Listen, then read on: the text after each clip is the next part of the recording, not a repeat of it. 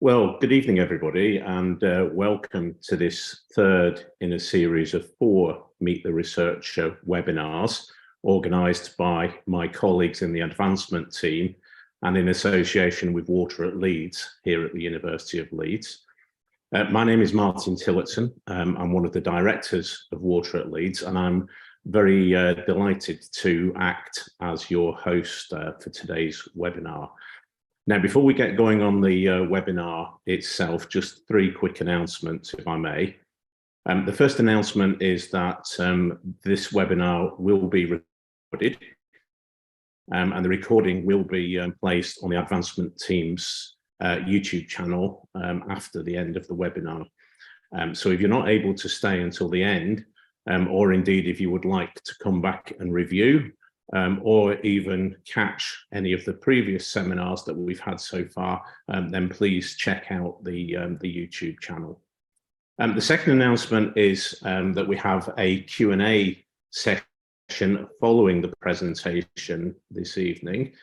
We encourage you all to ask questions, and you can do this as we go along by clicking on the Q&A button at the bottom of the screen.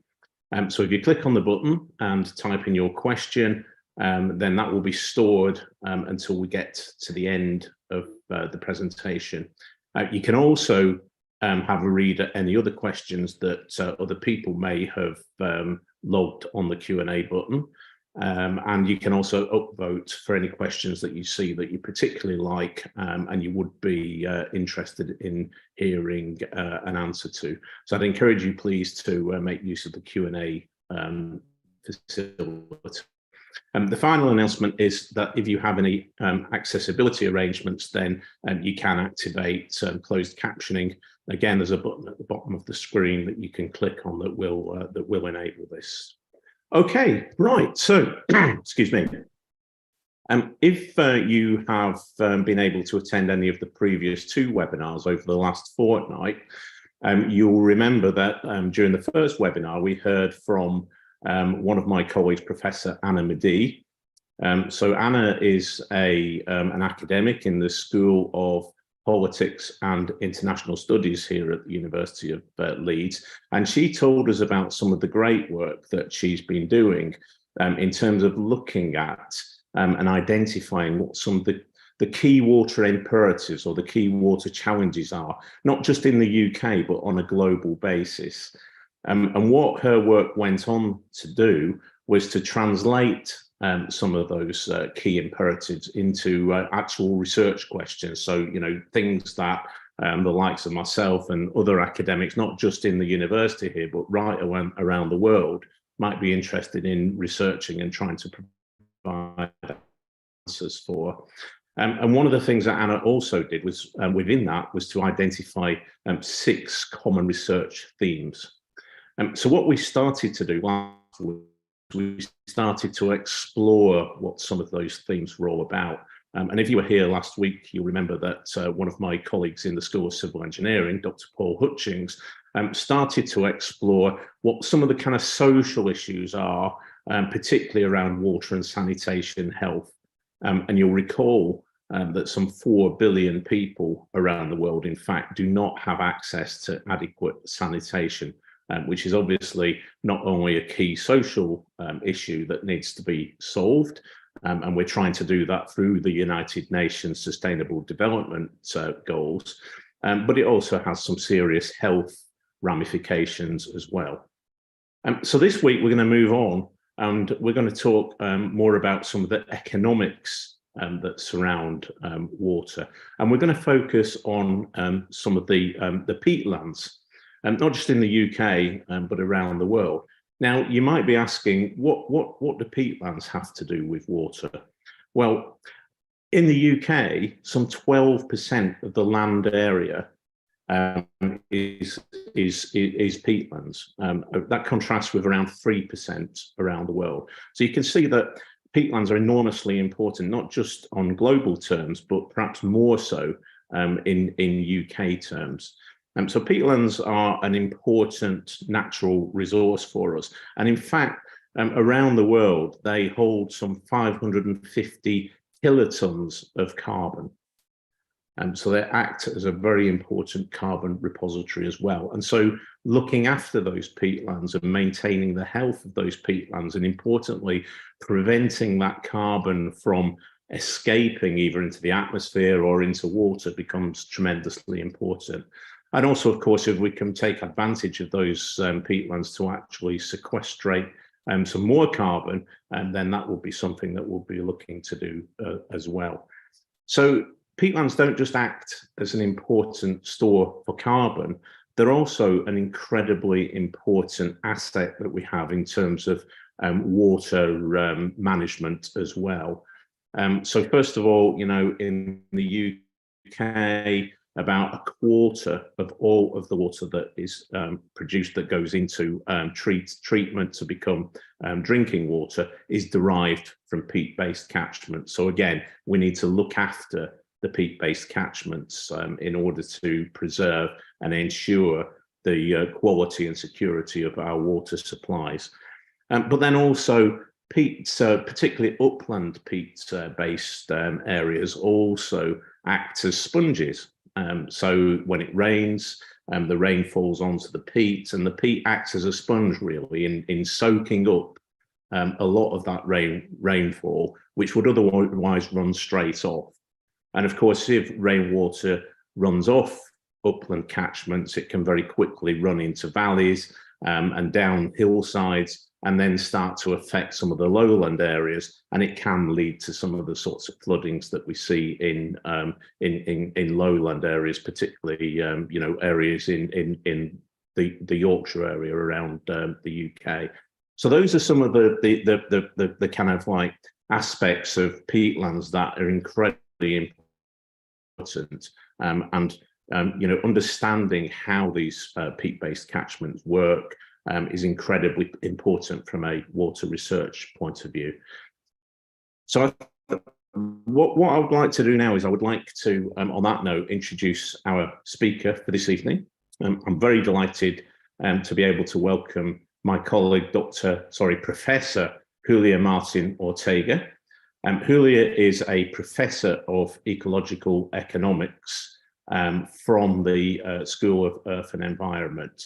So Julia's work is tremendously important in understanding the relationship between some of the things that we might want to do from an environmental perspective in trying to preserve peat-based catchments, and some of the economics, so the cost not only of doing that, but also then the longer term economic benefits that can derive from that. So without further ado, I would like to bring Julia into the webinar and to welcome you. Hi, Julia. Hello, Martin. If you're ready to get going, I'll hand over to you.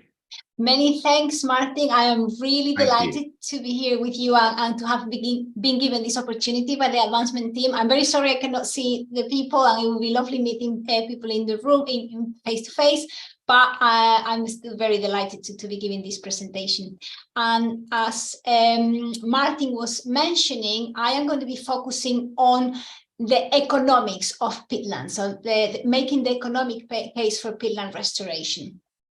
As Martin has already introduced, peatlands are incredibly important, and you know, some of the reasons that Martin has already started to outline about why should we be caring about this ecosystem is because they only cover 3% of the Earth's land area, of the surface of the Earth, but they actually store 30% of the total soil carbon. So as you can imagine, that by itself makes them incredibly important. Now, but what is actually peat? What are peatlands? Peatlands are made out of dead plant material, which is waterlogged and decays very slowly. So we have the vegetation in the earth, in the surface of the earth, and this, when they die, the plants, they start decaying very slowly, and they start accumulating in the soil. They accumulated at a ratio of 1 millimeter per year. Now, 50% of that material that is accumulating in the soil is actually carbon. So when we have peat in good condition, peatland is actually capturing carbon from the atmosphere through these plants that decompose. However, when they get degraded, if they get degraded, peatlands actually become carbon emitters. Rather than capturing the carbon, they're releasing carbon. For example, just to give you some idea, globally, 85% of the whole of Indonesian greenhouse emission is actually due to peatland destruction because of the palm oil plantations. But also coming home in the UK, farming on peatland is the largest source of carbon emissions from agriculture. So you can see very, very important feature for our, in our flight to the climate emergency. But as Martin was saying, it's not only about carbon. Peatlands slow the flow, mitigating the risk of flooding downstream. As also Martin mentioned, UK peatlands are very important for water provision because of the, they retain the water in the uplands. But also they support wildlife and they're very important for biodiversity. So if we lose peatlands, all of these other benefits get compromised. Okay, now this has been known for a while now, and there is increasing policy concern about the status that peatlands are in face of the climate emergency. And this is something that is happening nationally and internationally. Peatlands feature importantly in the latest COP conference. We also have Global Peatland Initiative. We have in the UK IUCN Peatland Program. We have England Peatland Action Plan. So there starts to be an acknowledgement from the policy arena that peatlands are very important and we need to do something about it. And this is the context in which the work I want to talk to you about sits. I have chosen a particular case study to give you a little bit more of the details of this very important topic. And for that, I am going to zoom you into Scotland. Scotland hosts 70% of the peatlands in the UK, and also 20% of the Scotland's land is actually peatlands. So they really concentrate a lot of this very valuable ecosystem that we have in the UK. Now, 2/3 of the peatlands that in Scotland are degraded to a certain degree. So as you can see, this poses a very important threat. Now, for that, in Scotland, there starts to be a recognition that not something needed to be done about restoring peatland. But there was also a recognition that any peatland restoration strategy, any a policy that was going to address peatland restoration, to address that degradation, was only going to be successful if this was actually supported by the public. If there was a policy that actually could be funded, that could go ahead, that would, that essentially policymakers were going to be supported in doing. And at the time, Scottish Natural Heritage, which is now called Nature Scot, realized about this and created a vision for Scottish peatlands. This vision was introduced in 2014. And just to highlight to you how important it was in this vision, the public support that was needed for this, I have just taken a couple of extracts from this vision, which said at the time that by 2020, peatlands should be valued by the government, by policies, by developers, by land managers, and by the wider public. And by 2030, peatlands should be viewed as essential to the nation's well-being and natural capital. So you see there is a recognition of the importance, but just not the importance of the ecosystem itself, but the need for that recognition to happen at the wider level. So in this context, we were approached, the researchers were approached by the Scottish government to produce a national level study, Scotland national study on the values that the public places on peatlands, with the idea that this would serve to check whether there was an economic case to be made for the public investment in peatland restoration. This is to try to understand if the benefits that peatland restoration generates exceed the cost of peatland restoration, and therefore whether this vision for restoring peatland could be supported from this economic case. So this is what we did. We did this through a specific methodology that I'm going to talk to you a little bit about right now, but we do it, it's basically a survey-based methodology. We took a sample of 2,000, a representative sample of 2,000 people of the Scottish population, and we're trying to understand with this research the general perceptions that people had about peatlands, but also the support or not for peatland restoration, and also applying methodologies that will allow us to estimate the monetary benefits, the monetary value that people place on the services, benefits that peatlands provide in a per hectare, pounds per hectare units. So this was our mandate. And I want to use this example to tell you an idea of what we can do from a research perspective for this. And for that, I need to introduce you a little bit of basic economics here, and explaining the following. We know that peatlands produce certain benefits, which are, as we say, carbon emissions, water quality, support for wildlife, and others. And we know that these things generate human well-being. These things are important for us. We need to have reduced carbon emissions because we depend on the climate for survival. We need to have water for drinking, and we need biodiversity to support the equilibrium in the ecosystem. So these things generate human well-being. This well-being that we can obtain from this carbon, water, and biodiversity is completely dependent on the condition, on the ecological state in which peatlands are. So what we have, you can see here in this diagram, we can have peatlands in good ecological condition, which means that they're going to be, as I say, capturing carbon. They're going to support good water quality, and they're going to provide support for wildlife. We can have peatlands which are a bit degraded and are intermediate condition, and this means that they're going to start releasing carbon. They're going to start, the water quality is going to start being affected, and this is going to affect also biodiversity and wildlife.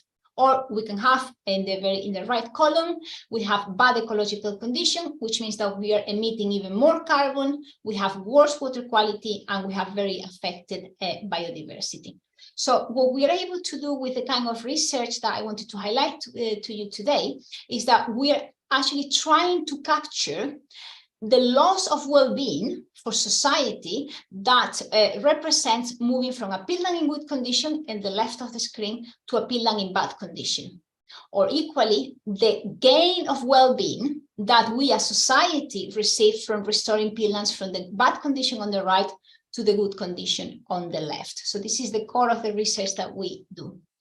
For that, we applied a set of techniques, which we call generically environmental valuation, which we can use to quantify the changes in the well-being that are derived from these changes in the condition of the peatlands. And we can do so in monetary units, as I say, in pounds per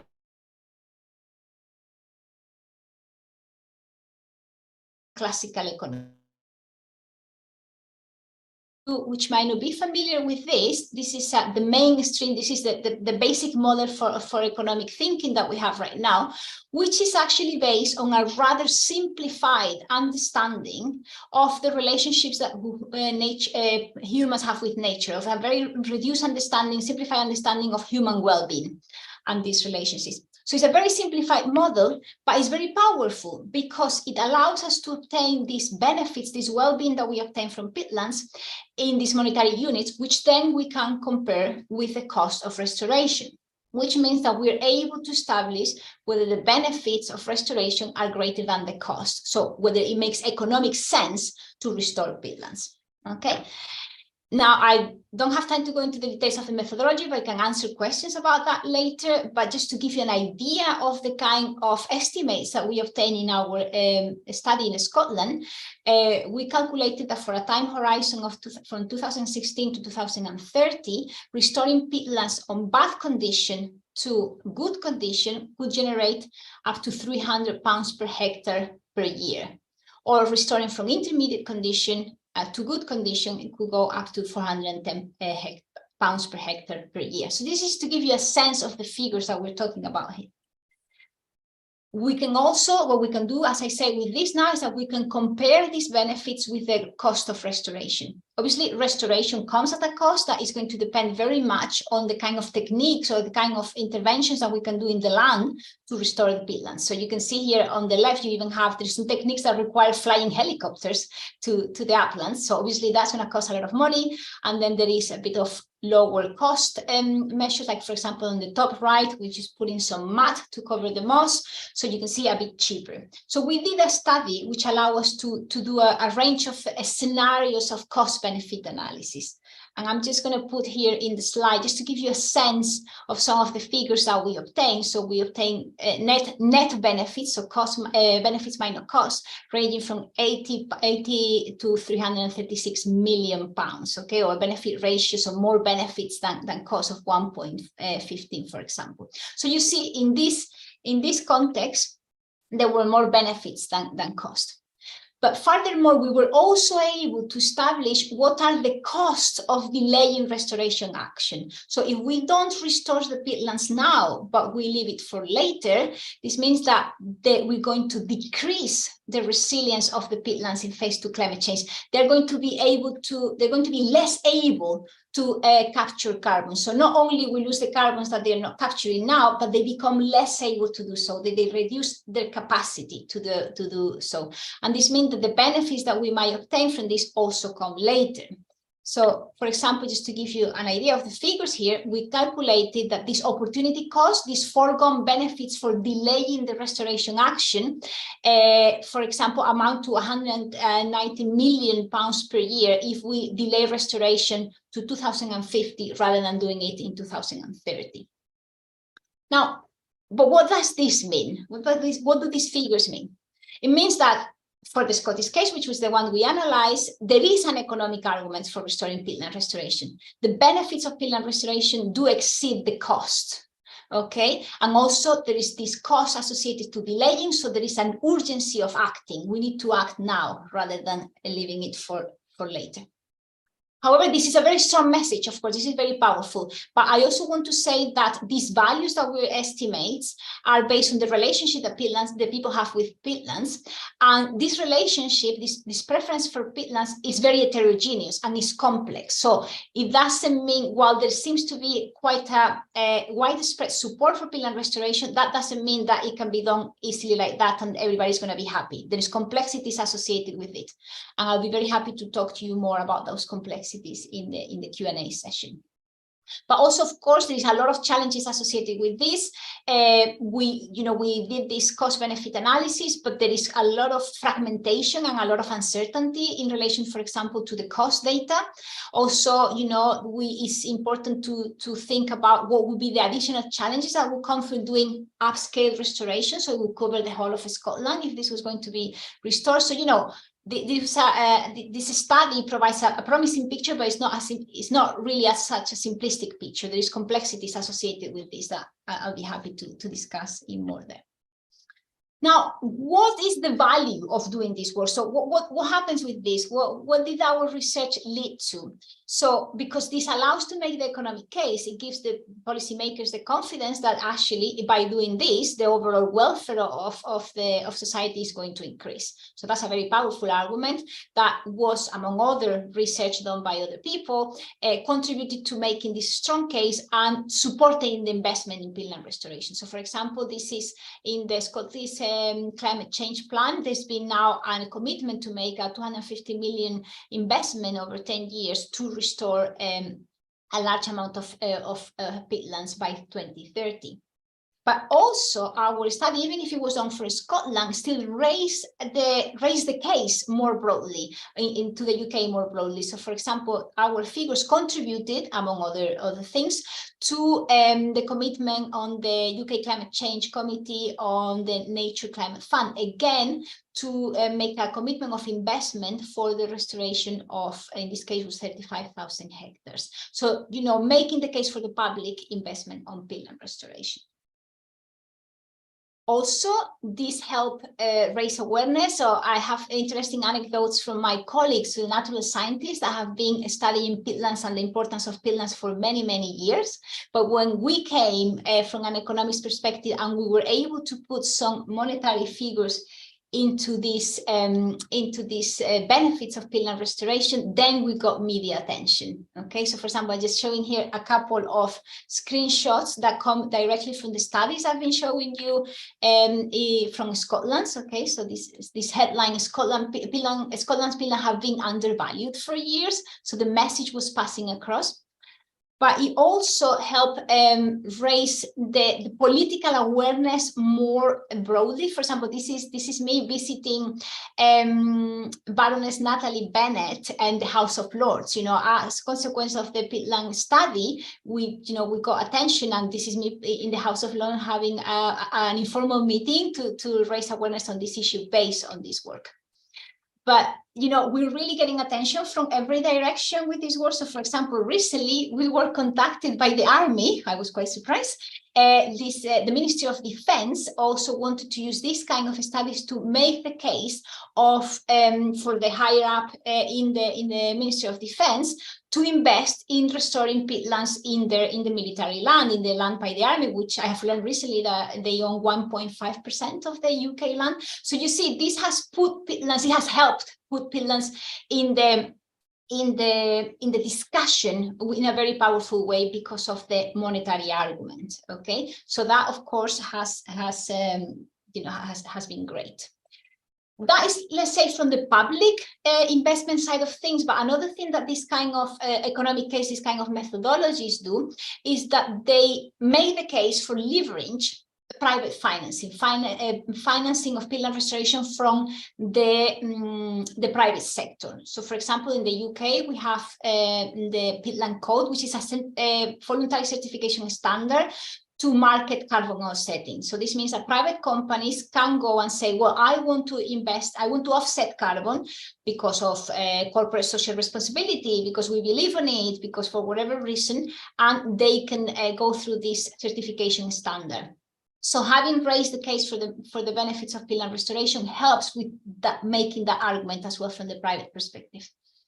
Now, I would say that this private financing, this green financing is actually, we're witnessing a complete transformation of this space. When I personally started doing this research, our focus was on the public funding, and this is what we thought we were doing. And we thought it was going to be difficult that the private sector was going to engage on this. And the conversation was like that for many years of the start of this line of work. Suddenly, in the last couple of years, that is completely changing. And ourselves, but also our partners, our restoration partners on the ground, the people who are actually doing the restoration on the ground, we're being increasingly contacted by private sector for opportunities to invest in peatland restoration. And I'm talking big players, I'm talking corporations, pension funds, so really big players who want to put money into the restoration of peatlands. So obviously, that can be good news in the sense that this means that we might have opportunities for more broader land, higher scale, landscape scale restoration of peatlands. So obviously, the economic case for peatland restoration has been successfully made. But I want to mention this because, while this can be seen as a positive thing, because obviously what we want is to see the peatlands restored, this actually comes with risks. And this is in our field, we call this risk the risk of nature commodification. This means converting nature in a tradable commodity. Now, what I mean here is that we use monetary valuation as a way of highlighting, as a way of recognizing, as a way of quantifying the contribution that nature of peatlands, in this case, have to human well-being. So it's an instrument for realizing the value that these ecosystems have. But when we go into nature commodification, it means that it's no longer a way of recognizing this value, but it's a way of putting a price in nature and trading with it. Okay. Now, this comes with some risk, with certain risks associated with this. First is like, if we were to go into a complete model of nature commodification, we might risk of changing the motivations of conservation from, conservation because we think it's important to conservation for profit, because we can make money out of this. Now, if we do conservation for profit, what happens when it's not profitable? Is that, that means that conservation gets stopped. There is also, concerns about access and property rights. I'm going to put here 2 snapshots of news that came out in the Scottish media, in which, initially peatland restoration was seen, and offsetting carbon through peatland restoration was seen as an opportunity for communities, as, local communities that say, well, if they can engage in this kind of projects, maybe they can sell the carbon offsets, and then they can, create local jobs, create partnership in the local community. And what these news clips show is how big private corporations come and take on the way of communities. So you have a question about equity and access. Are we going to be reinforcing richer, larger landlords, etc. So you see, this comes in a way by introducing market notions into this. We're opening a whole new world that can have its own consequences, and some of them can be unintended to the original purpose. So for me, and I'm going to conclude with this here, is that that sets the new research frontier. For me, this is very important. The economic case for peatland restoration has been made. I think nobody now questions that it's actually a good thing to do peatland restoration, and that it actually has benefits for society over the cost that it has. But if this is going to open up a possibility of a lot of private investment, it means that we need to be ready as researchers to be able to provide a diagnostic tool to anticipate, to identify, and to mitigate the potential risks that may come with commodification if that is to happen. So for me, this is moving from making the case to managing the potential risk that may be associated with that economic rationale that has been brought into this. Also, as I said in the beginning of my presentation, the methodologies that we use for this are based on this neoclassical economic paradigm, which, as I said, is a very simplified model of understanding how we humans relate to nature, and how a very simplified way of measuring the well-being, the benefits that we obtain from nature. Now, we're starting to develop alternative conceptualizations of that relationship of humans with nature, which are founded in more complex models of well-being and more complex models of this relationship between human and nature. However, there is still a lot to be said, or to be found out and to be investigated about how to make use of these alternative conceptualizations into policymaking. Because obviously, what is very powerful about being able to do a monetary assessment of benefits, as we have done for Scotland, is that then has a very straightforward, very clear, very powerful entry point into policy, because you can indeed do a cost-benefit analysis, which is very easy to understand and is very sort of revealing. But if we want to move away from that simplistic model, then it's harder yet to see how this kind of understandings and this kind of non-monetary ways of valuing the benefits for nature can make their way into policy making. So this is where I really want to be researching about now. So I've given you a bit like the journey where that I have walked, and this is the journey that I want to walk next. So I think the advancing team might be happy with my timing, because I have come to the end of my presentation. These are the different funding bodies that we have. You have my email on the slide, and I'm really, really keen and happy to be taking questions from you.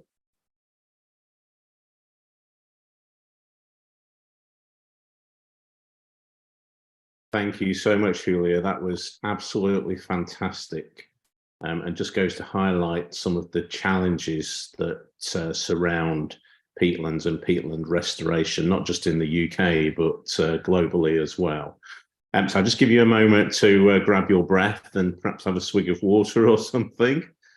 And just a reminder to everybody else, if you would like to review or add to the question bank that we've got quite a number of questions actually to get through.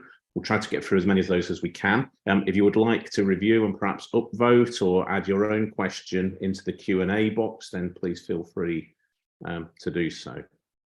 Okay, Julia, are you ready for some questions? Ready for it. Thank you. Brilliant. So I'm going to start very selfishly with a question of my own, actually, which is that you talk quite a lot about methodologies. And I just wondered what your view is in terms of the biggest challenges in implementing these methodologies actually are. Yes, that's actually is very important, because, okay, what we have here is what is essentially is a very complex ecosystem. Okay, when I talk about releasing carbon, capturing carbon, water quality, I am just, you know, giving you the headlines, but the truth is that all of these things are underpinned by very complex biophysical processes that occur on the peatlands, on the water cycle, etc. Now, those things, those processes depend on a huge amount of factors. It depends on for example, the slope of the land. It depends on the rate at which the organic material is degrading, which is depending on the temperature, so many factors, okay, which means that the amount of carbon that is going to be released, when that carbon is going to be released, at what rate that carbon is going to release, all those things are incredibly complex. But I'm trying with these methodologies, I'm trying to translate this into actually very things that matter for people, things that affect human well-being. Now, for me to be able to do that, I have to simplify those processes very much. If I'm going to go and ask the people, how much do you care? How much do you value to have carbon capture, carbon release? I cannot go and load them with all the complexities of these carbon processes. So I have to simplify very much. So for me, the single biggest challenge of this methodology is how do we translate what is essentially a very complex biophysical process into something that the public can understand, that the public can relate to, and therefore they can tell me how much they value this. And also, this is very, very context dependent. So what do I set the trade-off between where is this process happening to how is the people being affected? Because obviously we are all affected about climate change, right? So it's not because there is a particular land in the flow country in Scotland that affects just the people around it. It doesn't work like that. So those trade-offs between the physical complexity and the necessary simplicity for engaging with the public on this, that's the biggest challenge in my opinion. Mm-hmm. Brilliant, thank you. I'm just looking at the questions that have been posted in the Q&A box. There's a couple of that are similarly related to a methodology here, Julia. And the first one is from an Emily Pratak. I do apologise, Emily, if I've mispronounced your surname. The question is, was there any consideration to the cost-benefit analysis methodology of the carbon impacts of the different restoration methods? That's a very good question. So we have very insufficient data in cost, okay? And this is something that we, the field, are missing badly. The reason for that is because these cost data are held by the people who actually do the restoration cost. This is the people who know how much it costs to do everything. And they have a very good sense and they have a very good knowledge, but so far there hasn't been a really concerted effort into storing and gathering those data in a systematic way that then allow us to do to put them in a very systematic way in this cost-benefit analysis. So that is a big problem that we have right now. So what we did in our study is that we created various scenarios based on various combinations of potential capital cost and recurrent cost of these different measures. Okay, now this means that we were not really evaluating any single intervention, but we were creating a sort of we actually have it in a graph. It's almost like a topography of where you can navigate yourself in terms of the cost. So this means that the people on the ground know their cost, so they can go and figure out from our scenarios, well, this is the point in which I am, this is when this is beneficial or not. So obviously, when I say the peatland restoration is beneficial, I probably should say can be beneficial, can have net benefits, depending on the combination of the customer. So it doesn't mean that universally every single project is going to be beneficial, but the broader case is made that it can be beneficial. So it's about finding the restoration combination of restoration that is the most cost effective. Okay, thank you. Next question is from an anonymous attendee. How long does it take for a degraded peatland to recover? Oh, that is a very good question. I am not an expert on the technical aspects. We have fantastic, physical peatland experts in water at Leeds, which will be able to tell you much more precisely. My understanding is that it can take a really long time, If you see the sort of normal rate or a very frequent rate of accumulation of degraded peatlands is 1 millimeter per year. That is like the natural process. Now, there is techniques that can help accelerate that process, okay? So, but that gives you the dimension of how slow this process can be. However, having said that, there is benefits that can emerge earlier than that. So, you don't have to wait to have the peatland completely restored before you start getting any benefits. So you go into a process of net savings and start, for example, some of the other benefits, the ones we have to do with flooding and with water quality, they can be realized earlier. So yeah, good question. You need a restoration expert on that, but that gives you a dimension of the time dimensions. Fantastic. I think there are probably a few people on the webinar that know more about this than certainly than I do. Please, if you do know the answer to that question, feel free to type it into the chat. Okay, next question. Ian Crossley asks, what are the major causes of peatland degradation and how can we mitigate the damage? Yes, so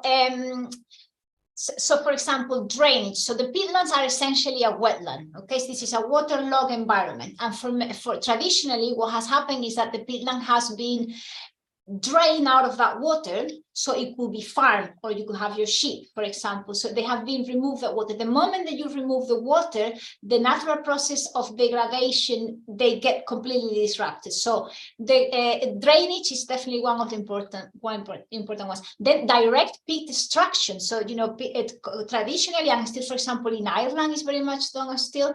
Peat, because of the carbon content, is actually a fuel. So it has been used for burning. And also we extract peatlands for horticulture, as you know, although that hopefully is going to get banned.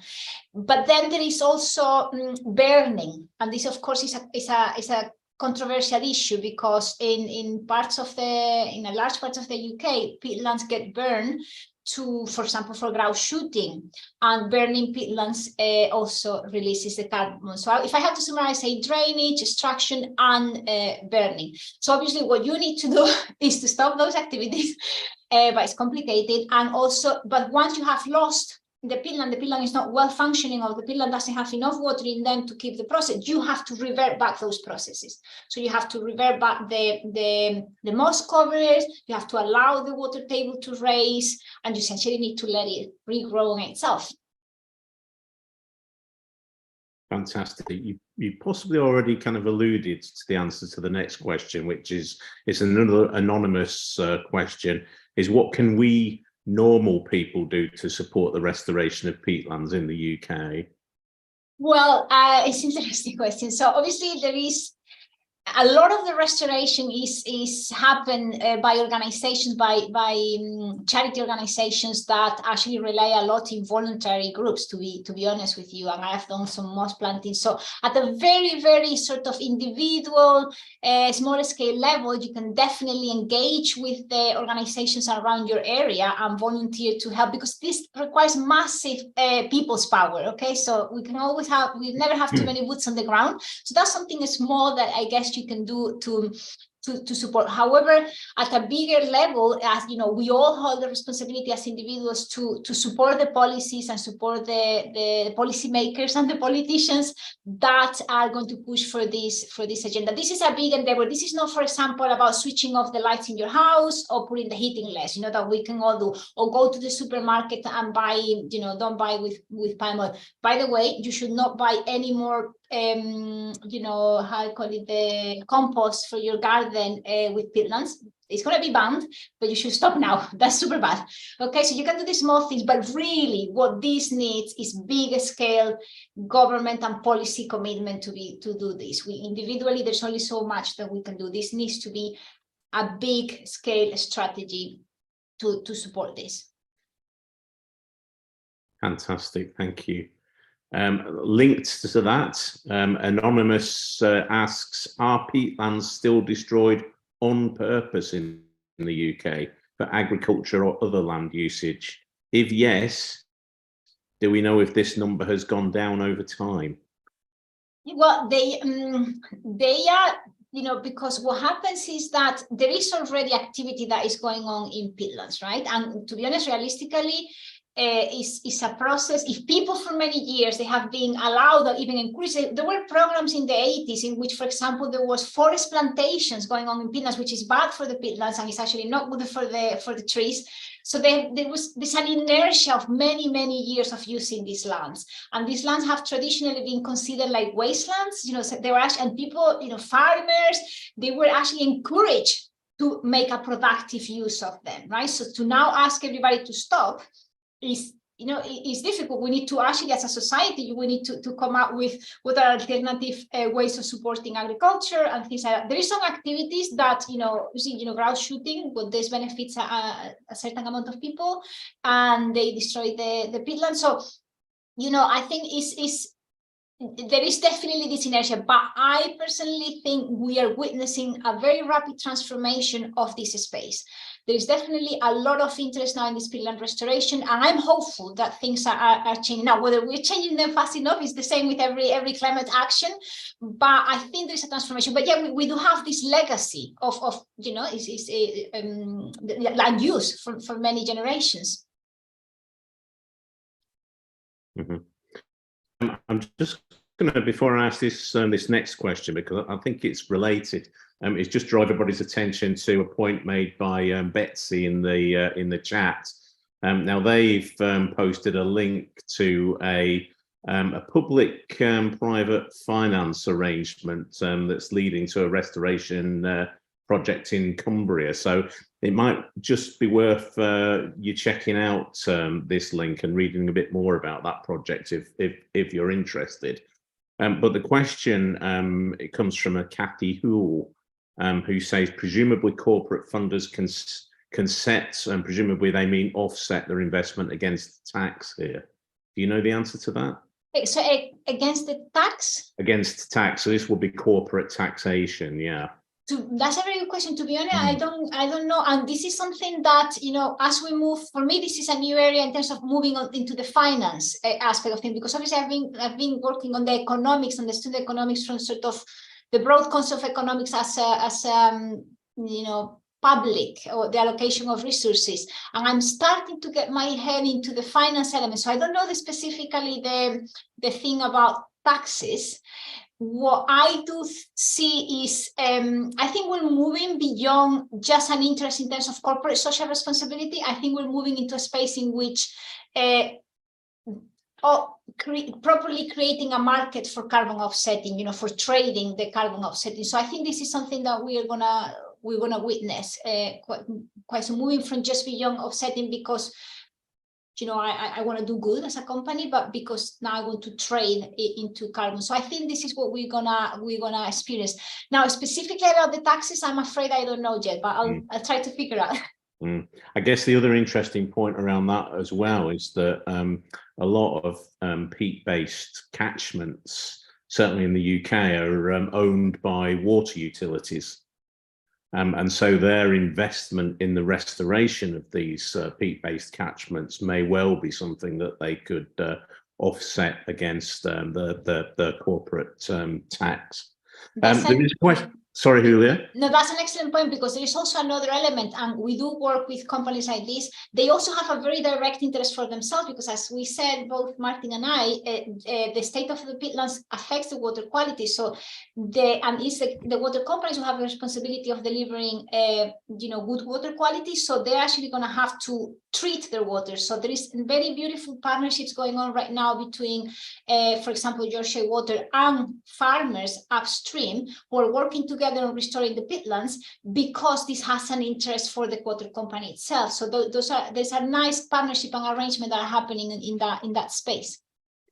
Okay, I'm going to ask a follow-on here, which is a pre-submitted question actually from an anonymous person. There's a lot of those tonight. I'm struggling to get my bowels out. It's how crucial are peatlands for good water quality in the UK? Well, very, very much so. I think, Martin, you said at the beginning, I think in my slide, if I can find the figure, I think it was, water from peatlands supplies 28 million, directly 28 million of people in the UK. I think that is the figure. So hugely important, essentially this is our uplands, right? So yeah, it's like, the water for many people actually comes from land, which is peatland. So they're crucial to that cycle. Yeah. I know from my own experience that the water quality, the raw water quality that comes off catchments and goes into water treatment and supply, the quality of that water is tremendously important, and in fact has been deteriorating over many years now, probably over the last 20 to 30 years.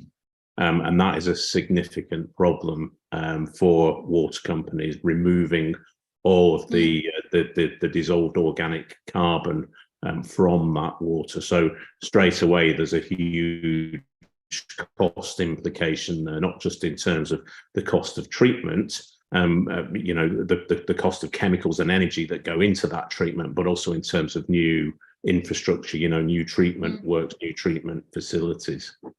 And I think coupled to that also is the potential for risk to water security as well.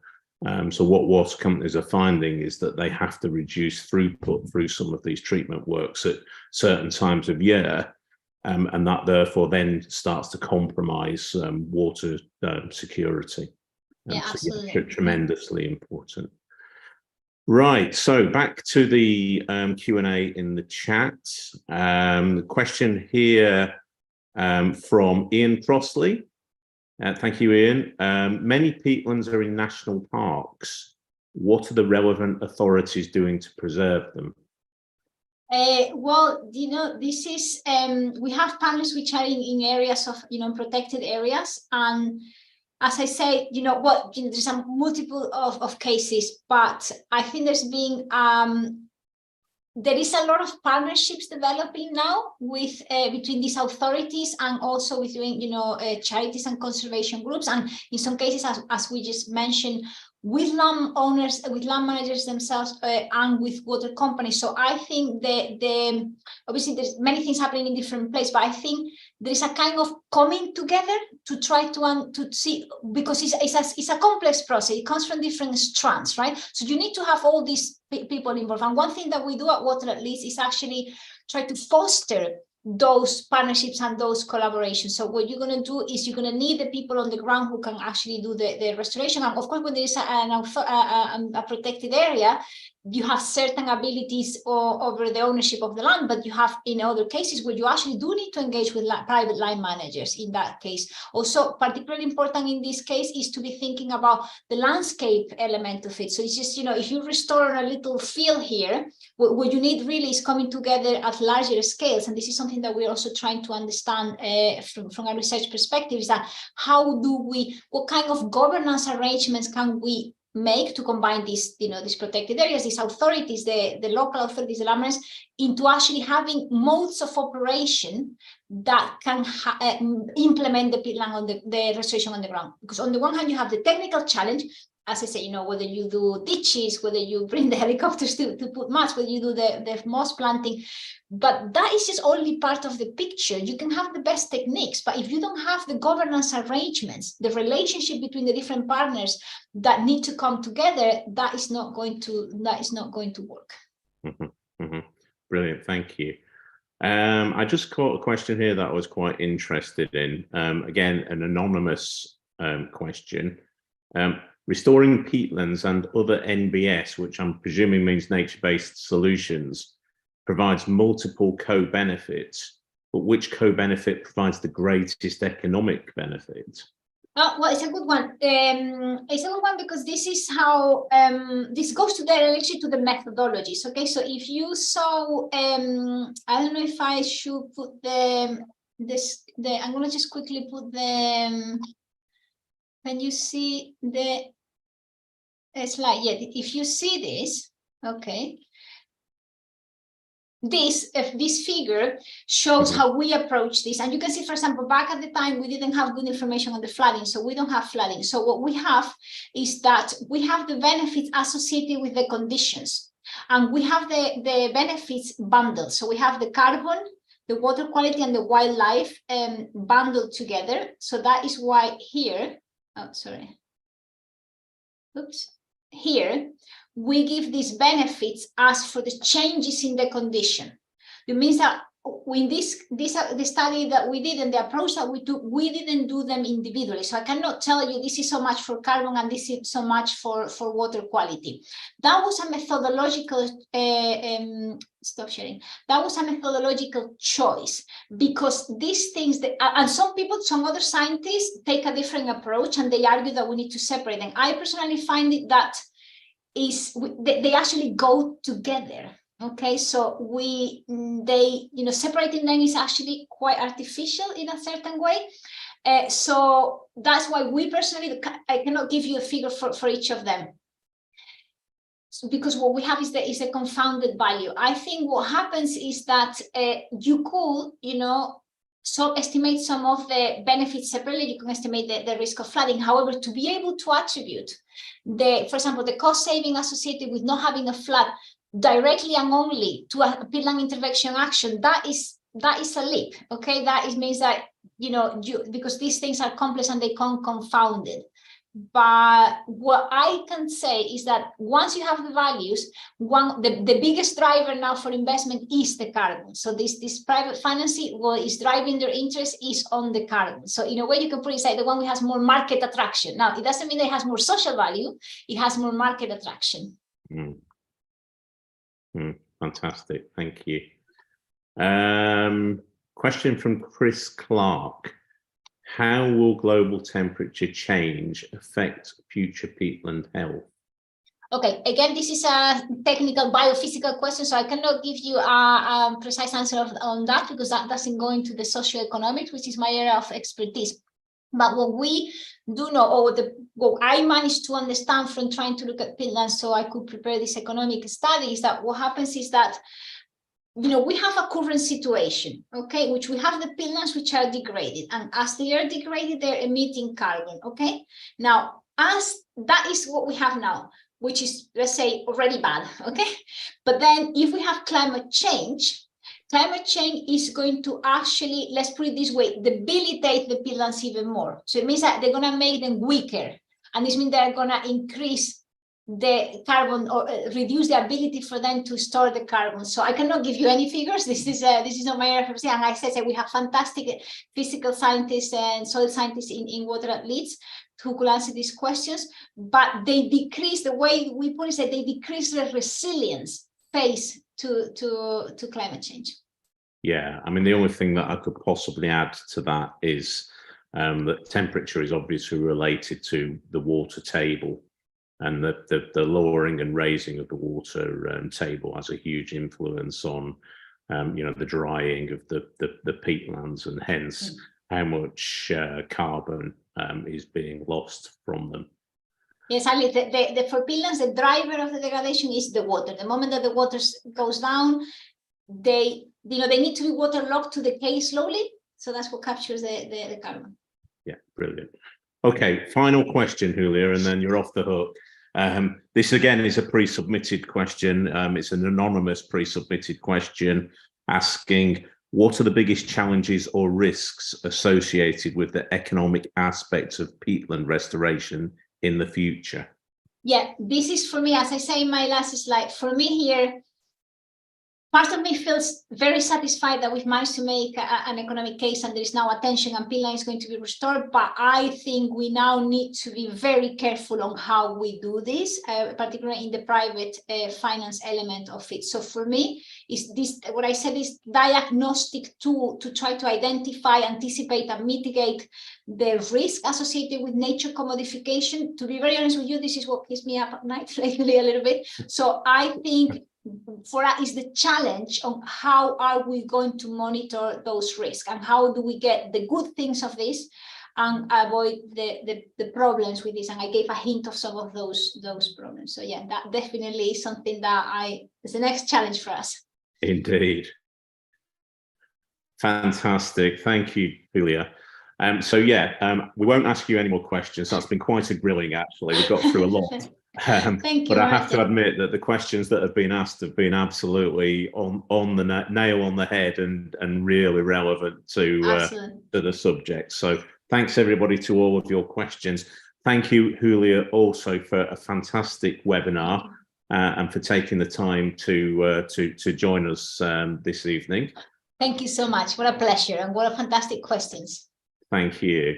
And I'm sorry, I know that it's been quite a dynamic Q&A session with lots of questions being added as we've gone along. So I'm sorry if we've not managed to get to your question, but hopefully you've had a flavour of the sorts of questions that people have been asked that may be relevant to the question that you've actually posted as well. Right, so we're coming to the end of the webinar for for today. Just a quick reminder that if you would like to join us for our fourth and final webinar next week, the webinar next week promises to be equally as interesting. It's a double act next week, in fact, where my colleague Professor Duncan Quincy, who's Professor of Glaciology, and one of his PhD students, Alex Schofield, will be here to talk about the looming water crisis in the third pole.